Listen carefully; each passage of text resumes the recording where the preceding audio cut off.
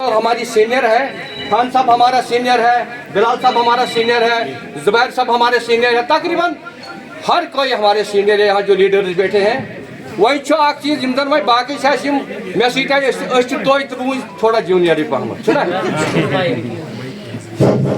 बैठे हुए जिला के जिला प्रेसिडेंट फारूक कश्मीरी साहब इनके लिए जोरदार तालियां, जिन्होंने वाली पार्टी की कयादत ली है, वो जरा खड़ा होकर उनके लिए जोर सीने पे गोली भी खाई। साथियों, भारतीय जनता पार्टी का जो आज फाउंडेशन डे है 6 अप्रैल 1980 में भारतीय जनता पार्टी वजूद में आई। उससे पहले भारतीय जनता पार्टी का कामकाज कैसा था, कारोबार कैसा था, किस तरह सिस्टम चल रहा था। कभी बात नहीं काटता हूँ, मेरा एक असूल है।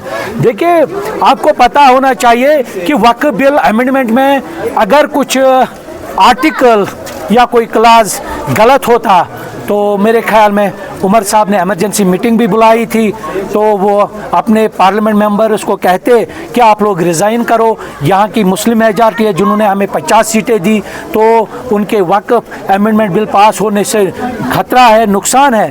तो उमर साहब का कोई स्टेटमेंट नहीं है। नेशनल कॉन्फ्रेंस खाली स्टेटमेंट से काम नहीं चलेगा। नेशनल कॉन्फ्रेंस के कोई पार्लियामेंट मेंबर ने रिज़ाइन नहीं किया, MLA ने कोई एजिटेशन नहीं उठाया। इसका मतलब साफ जाहिर है कि वक्फ बिल पर नेशनल कॉन्फ्रेंस भी खुश है, जिन लोगों ने यहाँ उनको वोट दिया वो लोग भी खुश है। अब वक्फ बिल से एक राहत आम जनता को मिलेगी। जैसे मेरे पास 2 दिन पहले एक एप्लीकेशन मैंने रिसीव किया है, किब्रिस्तान जहाँ 5 कनाल किब्रिस्तान है, वहाँ पे 1 कनाल के करीब नेशनल कॉन्फ्रेंस के वर्करों ने जान मुर्दा नीचे दफन है, ऊपर स्ट्रक्चर्स बनाए गए हैं। उन्होंने एप्लीकेशन दिया, हमें कल मैयत को दफन करना है, कहाँ करेंगे? इसके लिए वक्फ बिल आगे आ रही है।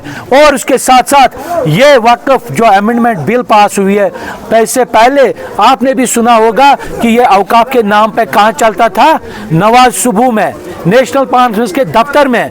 और जो रिन्यू जनरेट हुआ under the leadership of minister of state doctor Darakhshan Andrabi, जिन्होंने 40 करोड़ का रेन्यू क्रिएट किया।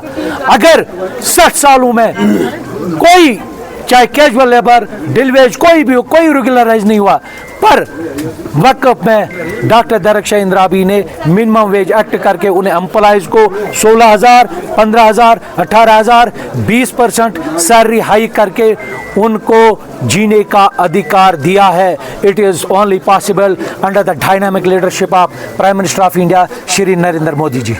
अमित शाह का विजिट को कैसे आप देखते हैं, उसमें क्या तैयारियां चल रही है अभी बीजेपी की जानिब से? देखो, आपको पता होना चाहिए जब भी कोई बड़े लीडर का किसी भी स्टेट में विजिट होता है तो निश्चित रूप आपको पता होना चाहिए तो वो फ्रूटफुल जनता के लिए होते हैं। मुझे उम्मीद है कि जिस तरह नेशनल कॉन्फ्रेंस ने डिवाइड एंड पॉलिसी का रूल जम्मू कश्मीर में अख्तियार किया, जम्मू में मेजॉरिटी में लोगों ने वोट दिया है बीजेपी को, और वहाँ भी आए रोज़ टेनिस हो रहा है, कभी एक पकड़ दकर, कहीं उधर पकड़ दकर, कहीं परेशानियां। उन परेशानियों को अजाला करने के लिए अमित शाह जी आए हैं। वो जायज़ा लेंगे कश्मीर घाटी के और जम्मू डिवीज़न के भी, और जो फाइनल रिजल्ट आएगा वो चौंकाने वाला होगा, अच्छा ही रिजल्ट होगा।